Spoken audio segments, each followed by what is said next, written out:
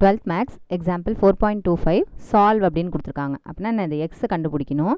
First இந்த equation எழுதிக்கலாம். Sine inverse of x is greater than cos inverse of x. ஓகேவா?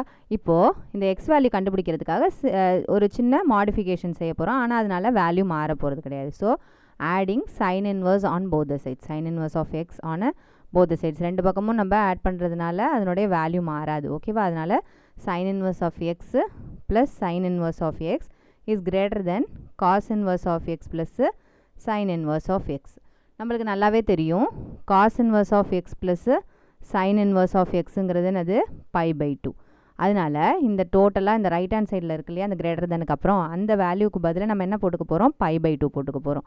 ஓகேவா? இது ரெண்டுத்தையும் அடிஷன் பண்ணிங்கன்னா 2 sin inverse of x greater than pi by 2. sin inverse of x மட்டும் இங்கே வச்சுக்கலாம்.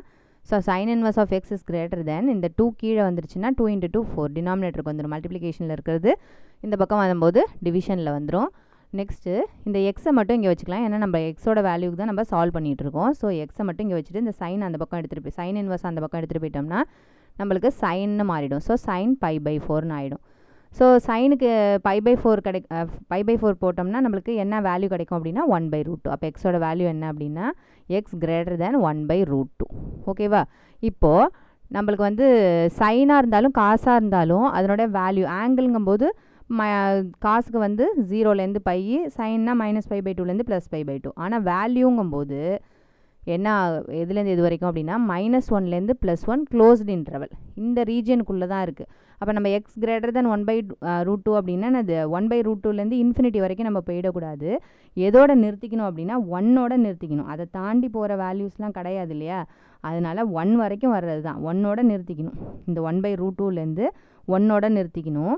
இங்கே என்ன இருக்குதுன்னு பார்த்தீங்கன்னா நல்லா அப்சர்வ் பண்ணிங்கன்னா எக்ஸ் கிரேட்டர் தென் 1/√2ன்னு இருக்குது. Greater than or equal to கிடையாது, கிரேட்டர் தென் 1/2. ஈக்குவல் டுனா தான் அந்த இடத்துல நம்மளுக்கு க்ளோஸ்டு இன்டர்வல் அந்த வேல்யூவை நம்ம சேர்த்துக்கணும்.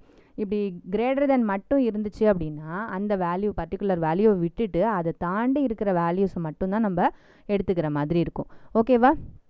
புரியுதா? இப்போ எக்ஸ் கண்டுபிடிச்சாச்சு. ஸோ எக்ஸ் பிலாங்ஸ் டு எந்த ரீஜியன் அப்படின்னு பார்த்தீங்கன்னா ஓப்பன் இன்டர்வல் 1/√2லேருந்து சைனாக இருந்தாலும் காசாக இருந்தாலும் நம்மளுக்கு க்ளோஸ்டு இன்டர்வல் -1லேருந்து +1 வரைக்கும் தான் வேல்யூ. ஓகேவா? அப்போ எதுலேருந்து ஆரம்பித்தாலும் நம்மளுக்கு எதோட முடிச்சிடணும், 1ஓட முடிச்சிடணும். அதே மாதிரி இந்த லெஃப்ட் ரீஜன் வரும்போது நம்மளுக்கு -1லேருந்து ஆரம்பிக்கணும். ஓகேவா? இப்போ சப்போஸ் இது வரைக்கும் லெஸ் தேனாக இருந்ததுன்னா என்ன செஞ்சுருப்போம், -1லேருந்து அதை வந்து என்ன செஞ்சுருப்போம், க்ளோஸ்டு இன்டர்வலாக போட்டிருப்போம். 1/√2ங்கிற இடத்துல இந்த சைடில் இது கிடையாது, சும்மா ரஃபுக்காக உங்களுக்கு சொல்லி காமிக்கிறேன். -1லேருந்து 1/√2ன்னு போட்டு ஓப்பன் இன்டர்வல் போட்டுக்கணும். இங்கே நம்மளுக்கு வந்து இது கிரேட்டர் தானுங்கிறதுனால இதுலேருந்து 1 வரைக்கும், இது எது வரைக்கும் பவுண்டரி முடியுது அப்படின்னா 1ஓட முடியுது. அந்த 1 இன்க்ளூடட், ஏன்னா அது அவங்களே சொல்லிட்டாங்க -1லேருந்து 1 வரைக்கும் க்ளோஸ்டு இன்டர்வல்ங்கிறது நல்லாவே நம்மளுக்கு தெரியுங்கிறதுனால அது கண்டிப்பாக க்ளோஸ்டு இன்டர்வல் தான் போடணும். அது இன்க்ளூடட், 1ங்கிறது இன்க்ளூடட். இங்கே 1/√2ங்கிறது மட்டும் தான் அது இன்க்ளூடட் கிடையாதுங்கிறதுனால நம்ம ஓப்பன் இன்டர்வல் போட்டிருக்கோம். கிரேட்டர் தென்ங்கிறதுனால ஓப்பன் இன்டர்வல் போட்டிருக்கோம். ஓகேவா? So X belongs to open interval 1/√2, 1. இதுதான் அதனுடைய சொல்யூஷன்.